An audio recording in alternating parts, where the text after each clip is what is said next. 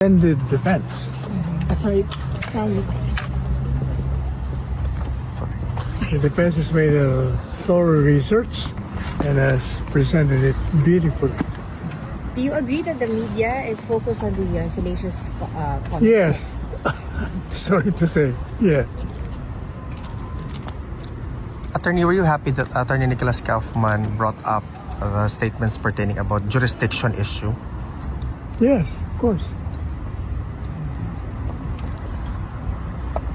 So far, you are very happy with the presentation inside. He did not disappoint me. Sir, ano yung striking na ginawa ho kanina ni Kaufman? Well, there is an important prosecution theory or evidence, according to it, that would show that there is murderous intent and there is a plan to kill.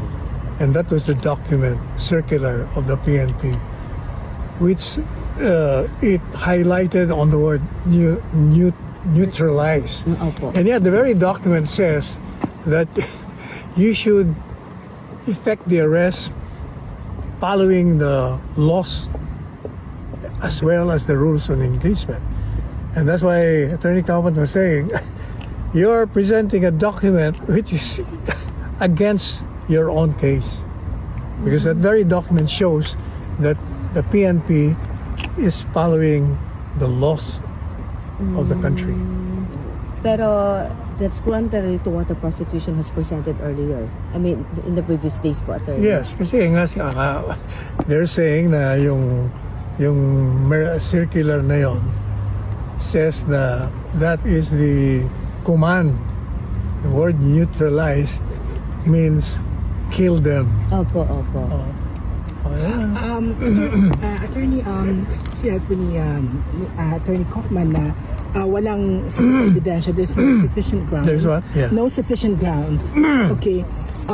Now, na-interview po natin kami kanina ni si Father Bert Alejo na Yes. siya po yung alam natin kumupkop sa ilan sa mga witnesses at sinabi po niya na nangyari yon at meron silang insider witness. So, what can you say about this? Yung bilang patotoo, although he's there as an observer, Father Bert Alejo, About sinabi po niya na totoong nangyari yon kasi sila mismo ang tumanggap ng order from may witness sila?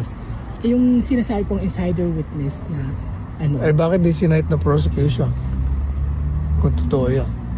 That should have been cited with the prosecution that it has a witness who will testify directly that the president ordered him or her to effect Karamihan po the killing.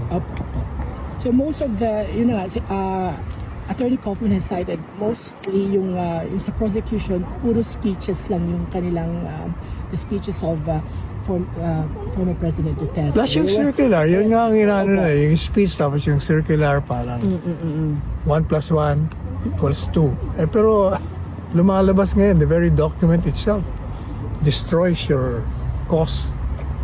What is your comment also doon sa pagbanat ni Kaufman na tungkol sa crime against humanity allegation laban kay Duterte, saying na hindi naman buong civilian population ang tinarget? Well, that's very true. Yeah. It's not the entire. Can you imagine 100 how many? 110 million Filipinos? If you will follow the prosecution's theory, Mr. Duterte, when he declared war on drugs, he was targeting the entire population.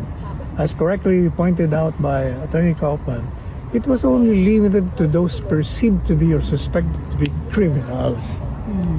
But sabi din po niya, napakaliit daw ng mga bilang ng mga napatay kumpara sa libo-libong mga lehitimong naaresto. But even if maliit yung bilang ng mga namatay, these are lives lost. That is not the number one. How will you explain that there are more than 100 policemen killed during police drug operation?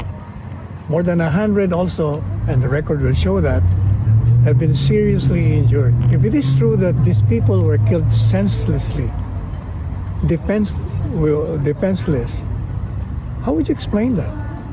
So, paano napatay itong mga police na ito? Paano ito nasugatan? Kung walang as according to the prosecution, never na naglaban. Talaga may mamamatay pag you're involved in a drug syndicate and you're addicted to it. Talaga may hindi ka susuko ng peacefully. Talagang lalaban at lalaban. Dinefine din po ni Kaufman yung salitang tokhang, means knock and clean. Totally legitimate police strategy. However, dun daw po sa citation ng prosecution, tokhang means criminal modus operandi. But these are two definition, two interpretation. So, parang meron po bang binigay doon si Kaufman na talagang magpapatunay na this is just a policy? As explained by Senator Bato when he was still the chief PNP, yun ang meaning na binigay niya.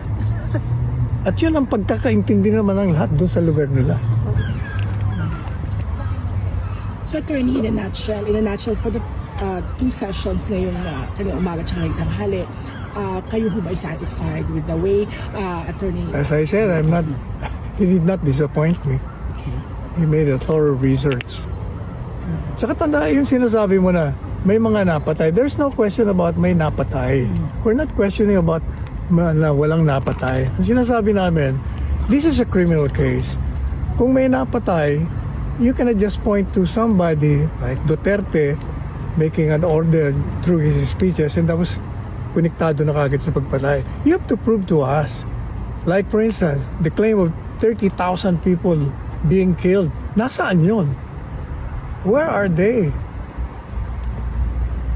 We have to know the names, the circumstances of their deaths, who killed them, what time, where, what day. Wala yun lahat eh. Pero isn't that in the stage of the case, hindi pa dapat pwedeng... No, hindi dapat. Kaya ka nga confirmation of charges, you have to show substantial ground.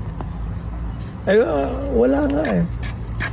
Lagi po kasi na sinasabi na ipipresenta nila yung mga insider witnesses, gano'n. Pag natuloy na po sa tuluyang paglilitis. Yun po ang sinasabi lagi ng prosecution. Substantial ground nga eh.